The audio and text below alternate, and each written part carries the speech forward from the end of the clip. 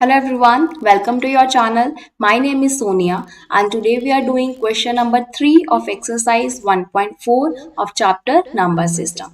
Last video में हमने question number 1 and 2 discuss किया था, तो चलिए स्टार्ट करते हैं क्वेश्चन नंबर 3 के साथ. Recall pi is defined as the ratio of circumference of a circle to its diameter, that is pi is equal to c upon d. This seems to contradict the fact that pi is irrational. How will you resolve this contradiction? तो चलिए पहले हम question को समझते हैं कि क्या लिखा हुआ है. They are saying कि if pi is equal to c upon d, अगर pi की वैल्यू c upon d है तो इसको इट मीन्स हम p by q की फॉर्म में लिख पा रहे हैं. अगर किसी नंबर को हम p by q की फॉर्म में लिख पाए so this property make that number a rational number. But we use to say कि पाई तो क्या है, इरेशनल है. सो दे आर सेइंग ये किस तरह से है, इस कॉन्ट्रडिक्शन को आप कैसे रिजॉल्व करोगे. अब देखिए पाई की वैल्यू है c अपॉन डी. C या D इनमें से किसी के भी डायमेंशंस यहाँ पे गिवन नहीं है. वी डोंट नो कि C या D रैशनल है, इरेशनल है, किस तरह का वो नंबर है. तो ये जो है वैल्यूज अप्रॉक्सीमेटेड वैल्यूज होती हैं. जब हम लिखते हैं 22/7, हम पाई की वैल्यू 22/7 लिखते हैं. ये फिक्स वैल्यूज नहीं है, ये अप्रॉक्सीमेटेड वैल्यूज. अप्रॉक्सीमेट का मतलब कि लेट्स से कोई ए वेरिएबल है, इसकी वैल्यू है 3.8 2 7 3 एंड सो ऑन. ठीक है, तो इसको मैं 3.8 भी लिख सकती हूँ.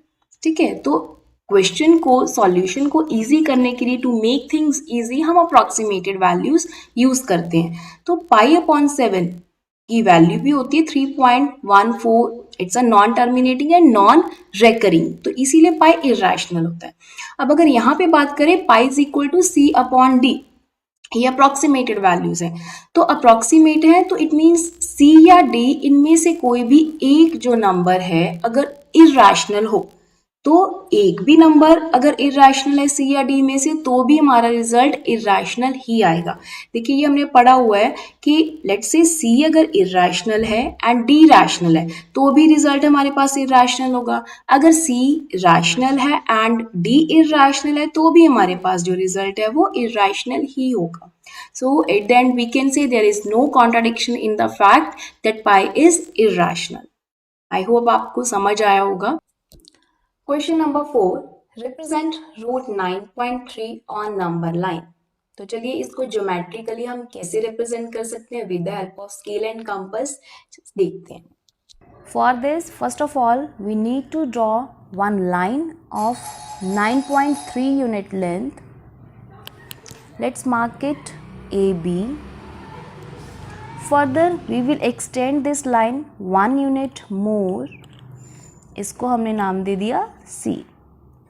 राइट, अब हमें AC लाइन का मिड पॉइंट फाइंड आउट करना है. For that we will open the compass more than half of the line AC और draw arc above and below the line. पहले A के ऊपर रख के फिर C के ऊपर रख के. तो जहाँ पे ये आर्क्स इंटरसेक्ट कर जाएंगी तो हमें परपेंडिकुलर बाइसेक्टर मिल जाएगा. Let's join them. तो ये है mid point O. Now we will draw one semi circle by keeping O as a centre and OA as a radius. Now on B point we will draw 90 degree angle. तो वो हम D की help से भी बना सकते हैं या फिर अगर कंपास की हेल्प से बनाना है तो कंपास को कितना भी ओपन करके एक सेमी सर्कल ड्रॉ करेंगे.